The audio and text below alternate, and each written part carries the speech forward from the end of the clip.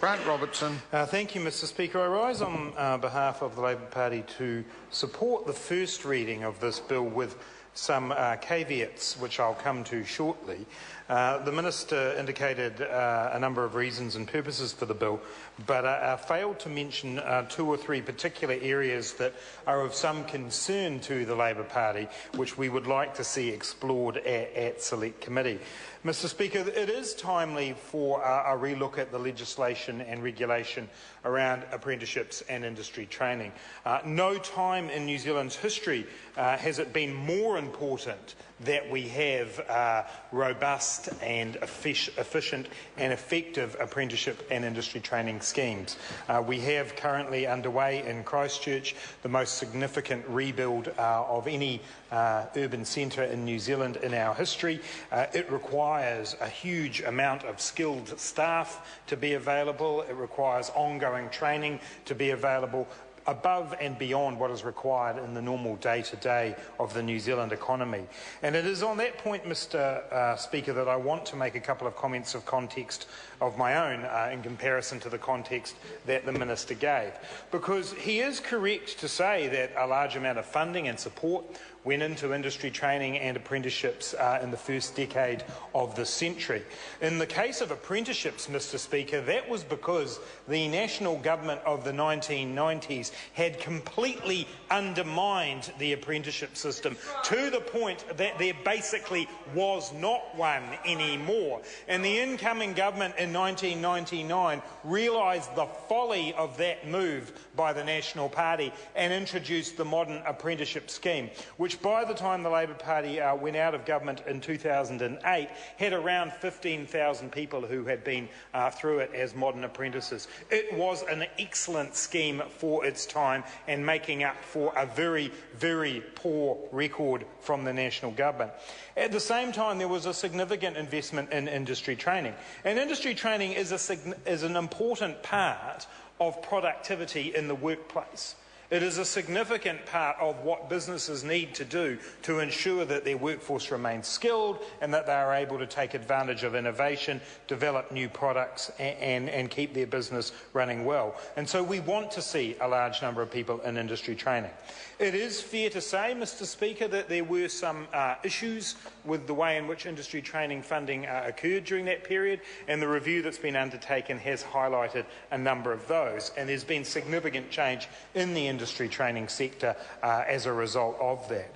But in reality, Mr Speaker, when we look at the record of this government, what we saw through until the beginning of this year was a huge drop in the number of people undertaking apprenticeships, around a 20% drop under national in the number of people undertaking apprenticeships, and around a 38% drop of those undertaking industry training. As I say, some of that perhaps can be explained. But the huge drop in the number of apprentices is a massive wasted opportunity, Mr Speaker, and I want to give some credit to the Honourable Phil Goff, who, when he was Leader of the Opposition in the immediate aftermath of the earthquakes in Christchurch, said, "We need people training right now, because when this rebuild starts in a couple of years' time, or really gets underway in a couple of years' time, we as a country are going to need those people trained and ready to go." And it didn't happen, Mr Speaker.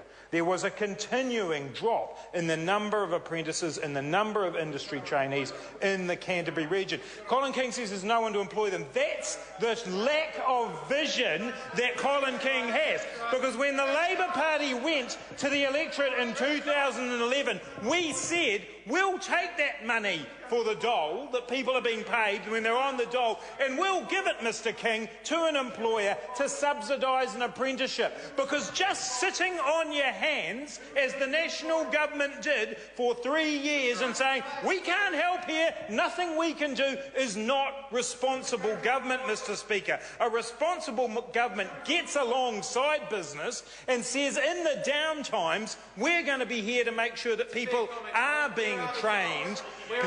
People are being trained so that when the economy picks up, so that when the rebuild starts, there will be trained apprentices. But that's not the vision of this government. They sit on their hands and they wait. So what we now have, Mr. Speaker, is a slow, lethargic response from the National Party to finally get themselves going to have some kind of apprenticeship scheme. And there has, Mr. Speaker, been a big increase in the number of apprentices and industry trainees this year. Finally, the National Party has caught up with the importance of having apprentices and industry trainees on board. But what a wasted opportunity over the last couple of years from this government. And that brings us to this bill, Mr. Speaker, which, as the Minister has said, has a number of changes in it to the way industry training organisations operate. From the Labor Party's perspective, many of them are worthy of looking at. We do want industry training organisations focused on the delivery of training and the maintenance of skill standards. We do think that they are the core roles of industry training organisations. I personally have never been a fan of prescribing the number of industry training organisations that there should be, but I do believe that some of the mergers that have occurred over the last couple of years have actually been quite sensible and are going to deliver better industry training standards. But saying that we're going to have 8 or 6 or 9, I don't think is the way to do it. It's about getting the industry training organisations together. This part of the legislation will be useful for that. I'm also encouraged by the improvements around quality assurance. It is vital that NZQA is playing its role in making sure that the taxpayer investment here is of the highest standard, and also that the delivery of training is meeting the needs of employers and indeed of trainees and employees. And so we are pleased to see those changes. Mr. Speaker, the area that the Minister didn't speak very much about, which is of significant concern to the Labor Party, is Clause 15 of the bill, which inserts new sections 11A to 11F into the Act on the funding of industry training organisations. And new Section 11A, Mr. Speaker, allows the Tertiary Education Commission to enter into funding agreements with non-ITO persons to provide industry training.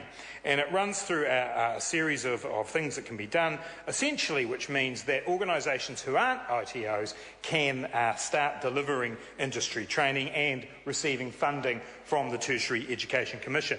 This is to implement the idea. What's wrong with that, says Colin King? Well, is it important, Mr. King, that we have a high standard of industry training? Is it important that there's consistency in industry training? But no, what the National Government is proposing here is to reward their mates once again. So if a business comes along and says, we don't want all of this palaver where we actually have to work with other people in the industry, where we actually have to make sure that we've got some consistency, where there's some transferable skills being taught, let's not worry about that.